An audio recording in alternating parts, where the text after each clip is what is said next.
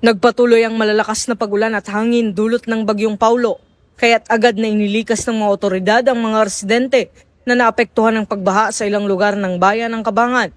Ayon sa ulat mula sa lokal na pamahalaan at pulisya ng Cabangan, nagpatuloy ang pagtaas ng tubig sa ilang barangay sa bayan, kaya't pinayuhan ng mga residente na huwag mag-atubiling lumikas upang maiwasan ang mga malaking panganib.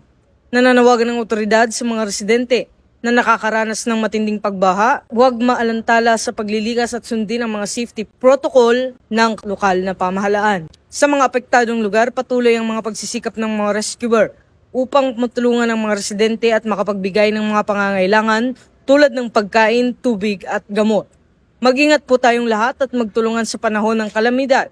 Huwag po nating hintayin na lumalim ang tubig sa inyong lugar. Agad nang lumikas kung kinakailangan.